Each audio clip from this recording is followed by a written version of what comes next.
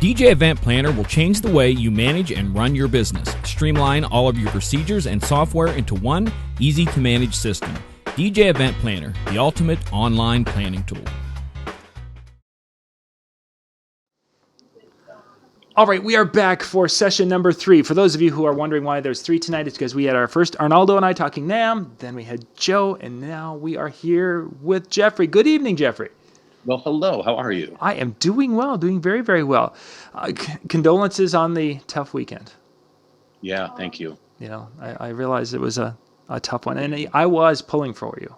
I'm just saying. Well, thank you. You know, it was at the end of the game, you just say, you know, we got to the NFC Championship game, and next year we have to play at Lambeau because we play much better at home. Oh my, yeah, that wasn't a pretty.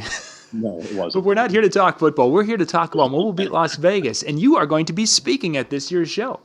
I am, and I'm super excited to share my message with as many people as can make it. Awesome, awesome. For those of you who are wondering about the schedule for this year's show, in the description down below is the link to go to the mobilebeatlasvegas.com website, and the seminar schedule there. You can still buy your discounted passes and such there. It's going to be an awesome show. Geoffrey, let's dig into what are you going to be speaking about at this year's show? So I have a great presentation. It's called How to Profit from Nonprofits. And basically what I want to teach all of my fellow DJs is to have the same amount of success that I've had over the past 10 years, really doing amazing events for local nonprofits in my community. My way of giving back, but I also am very happy to say that it is about 25% of the business that we do at my company is from fundraising events. So although the seminar doesn't focus on what I charge and, you know, how much to charge and who you should charge and who you shouldn't charge, the profit part is really not just about the money. I'm profiting internally as a human being, as a member of my community, by giving back to the amazing community that has made my company successful. I'm profiting from the relationships that I'm building at the fundraising events that I'm doing. You would not believe the amount of people that I've met. We just talked about football. We just talked about Aaron Rodgers had a bad day. I do 3 events a year where Aaron Rodgers is there at the event. I do his event every year. I do an event for Coach Mike McCarthy every year. And then I do an event for one of the nonprofits that his foundation gives to. So I run into the people like that all the time. And there's no way that I would be able to do that. And that's just one example. There's so many more.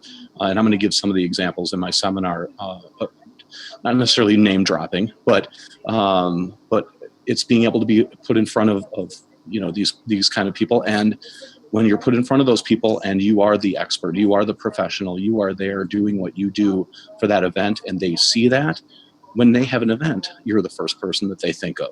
So it's profiting from the relationships, it's profiting from giving back to your community, and I charge full price for doing fundraising events. Wow. And most of the time we hear the opposite, where people can you donate your time? And I mean, I'm sure you've heard, over the years, have heard that too from these different events. Well, that's what happens with every phone call that I get with a new nonprofit that has just heard of me, or they find me, you know, on Google, or they, you know, they don't know about, you know, they're just calling all the DJs. And that is the first thing that they say when I answer the phone. They say, hi, we're a nonprofit and we're having a fundraiser and we're looking for someone to donate their services, or the DJ that we had last year can't do it this year. So, you know, will you meet his price that he gave us last year and he didn't charge us? Right. So my seminar is teaching, it's talking about those things that I just talked about, but it's also teaching all of you, all the DJs that are going to be in the room, what to say when the person on the other line says, we're having a fundraiser and we don't have a budget. We're looking for a donation. I'm going to teach you exactly what to say, how to say it, and then all the steps to take after that. Very cool.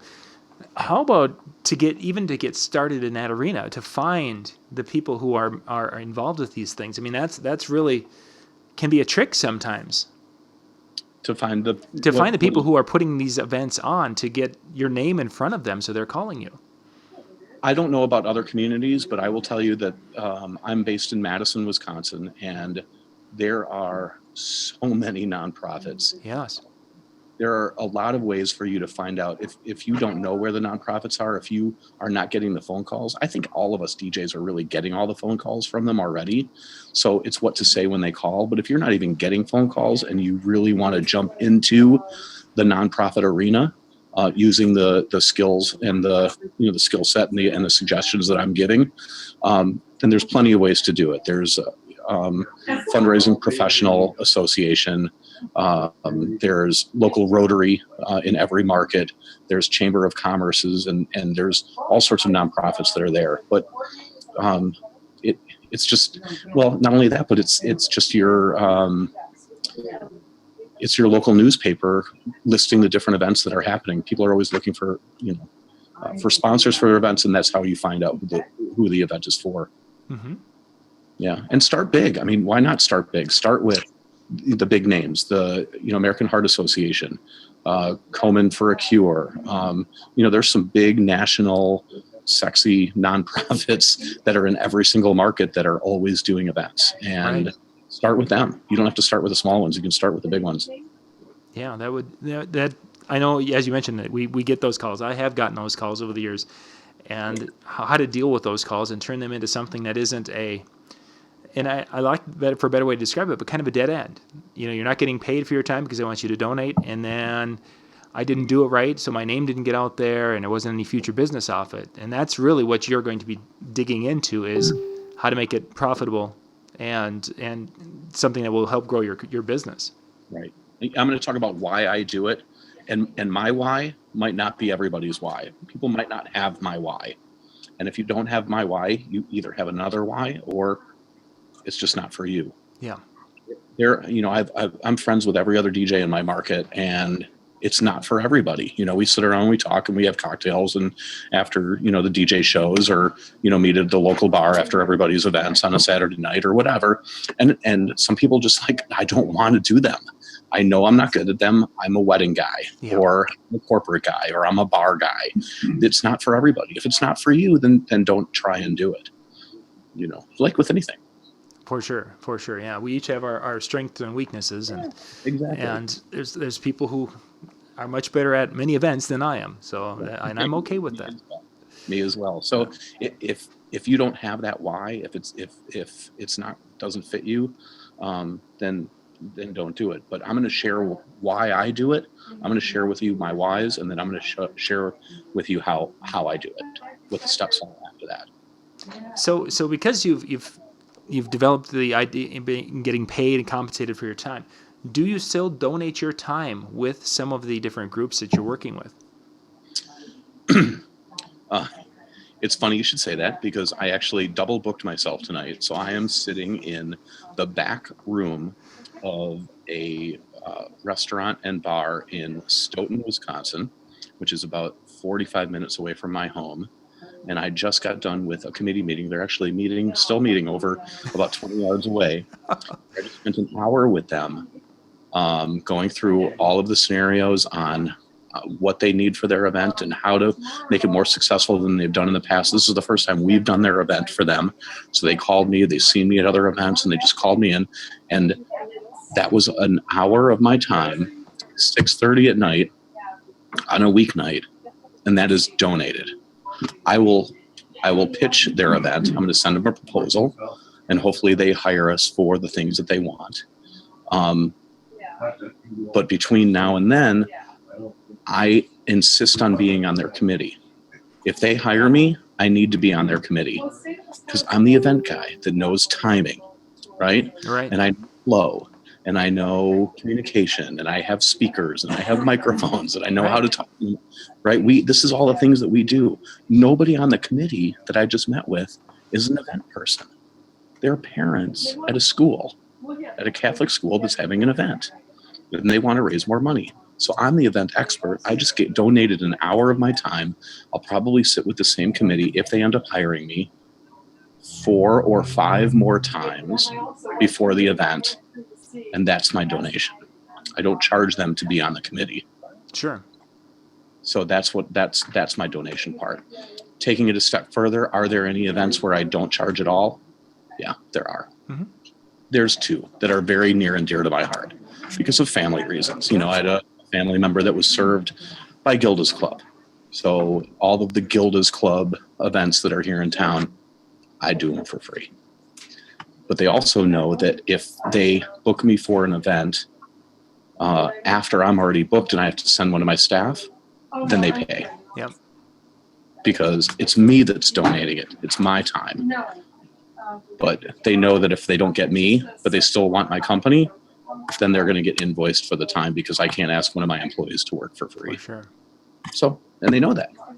But it's a great relationship. Mm-hmm. And that's what it's all about. It's all about relationships. Building that relationship, yeah. And we've heard that in so many different avenues and aspects of our businesses. Yep. How long have you been working with nonprofits? And I want to kind of get, how did you put this information together? I put it together based on experience. It's been about 10 years. I started with, it's a great story. I started with, and I'll make it quick because I know we don't have all the time in the world. But I started with my daughter's school. My daughter went to Catholic school and I was the DJ for year after year after year. And they hired a professional auctioneer to come in. And one year they moved the date. They actually moved it because of me, because I wasn't available on a Saturday. So they moved it to a Friday, so I could be there to DJ it and MC it and provide the speakers and microphones. And the auctioneer that they used every year didn't get the memo that it had moved to the Friday. And he double booked himself and he was somewhere else miles away and wasn't able to attend. So they looked at me and said, Geoffrey, what do we do? And I said, I'll try it. And they said, what, the auction? And I said, yeah, I'll try it. They're like, oh, okay, sounds good. It was perfect. I knew everybody there, right? I did playground duty with all of the other parents, and I'm pulling kitchen duty and lunchtime. You know what I mean? Mm-hmm. So these were all my wife was there, my brother-in-law was there, everybody was there. So the first item came up, and it was selling the front pew at the Christmas pageant. Sure, yes. Went for a lot of money, and I remember the year before that, even though I wasn't the auctioneer, I remember it went for like $3,000, and I remember the gym bought it, so I'm like, okay, it's our first item. Everybody, this went for $3,000 last year. Who's going to bid 1,000? Give me 111, bid $1,000. Who's going to go 2? I got 1 now 2. Who's going to go 222? Bid a 2 now 2,500. Who's going to and I just started rolling off of it. It was great. It was awesome. It was super fun. My wife is in the back of the room and her jaw dropped to the floor. She's like, who are you? I didn't know you could do that. I didn't know you could do that. And I didn't know I could do it either. I was just rolling with it and having fun.